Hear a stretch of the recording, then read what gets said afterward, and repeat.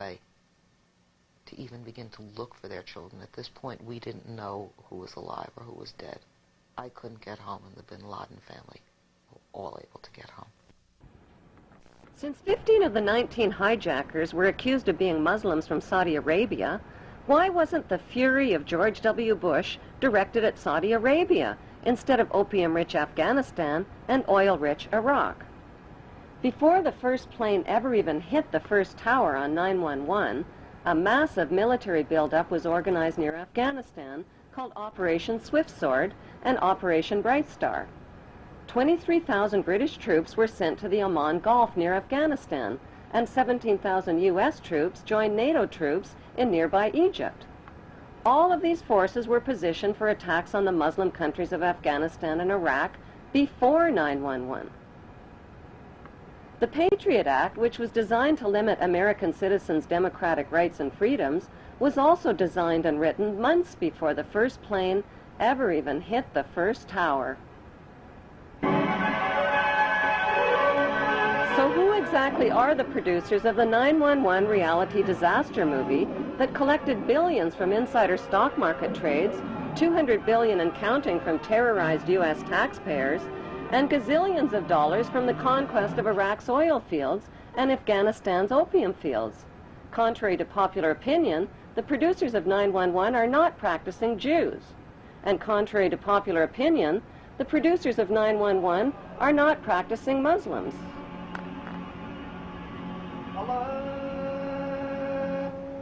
They are a secret network of international pirates who identify with no nation, no national flag, and no established religion. Their flag is the skull and crossbones, and their god, G-O-D, spells gold, oil, and drugs. It is important to understand the difference between the term Jews, Hebrews, and Zionists.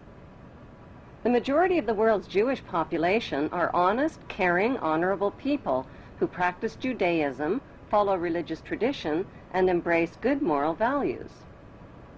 The term Hebrew refers to the Hebrew language. It also refers to the Hebrew people who are the ethnic descendants of the original 12 tribes of Israel.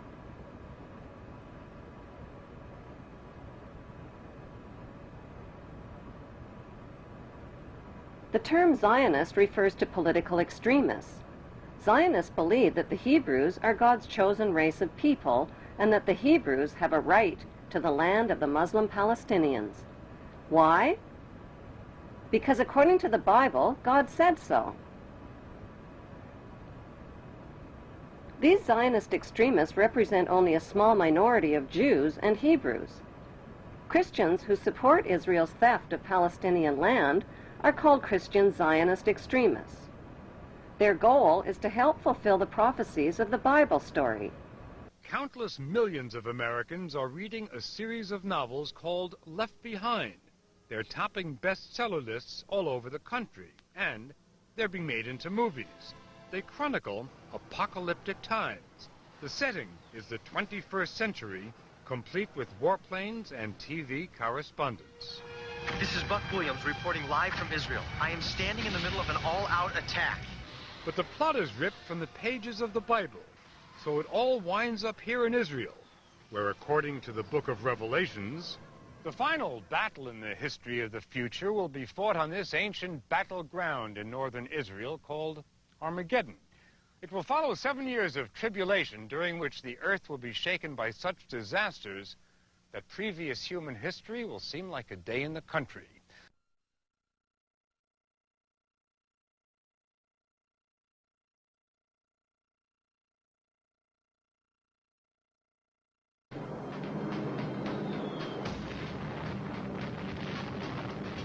I made the only decision I ever knew how to make. I did what I thought was right. 50 years ago, the United States dropped the atomic bomb on Japan. To this day, Americans know very little about how that decision was reached. The idea that the United States committed these and other horrific crimes against humanity and participated in the 9/11 incineration of thousands of its own citizens is too frightening a thought for many to consider. But even more frightening are the consequences of denial.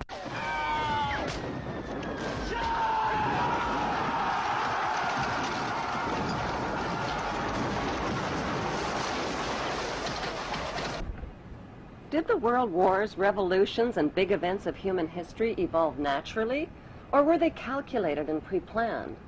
If they were pre-planned, who planned them, and what are they planning for the future of humanity? The answer to this puzzling question can be found within the boundaries of 3 of the world's most powerful cities. Those 3 cities belong to no nation and pay no taxes.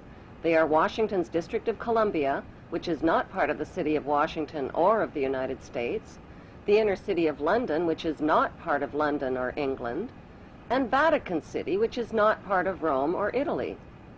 These cities, called city-states, have their own independent flag, their own separate laws, and their own separate identity.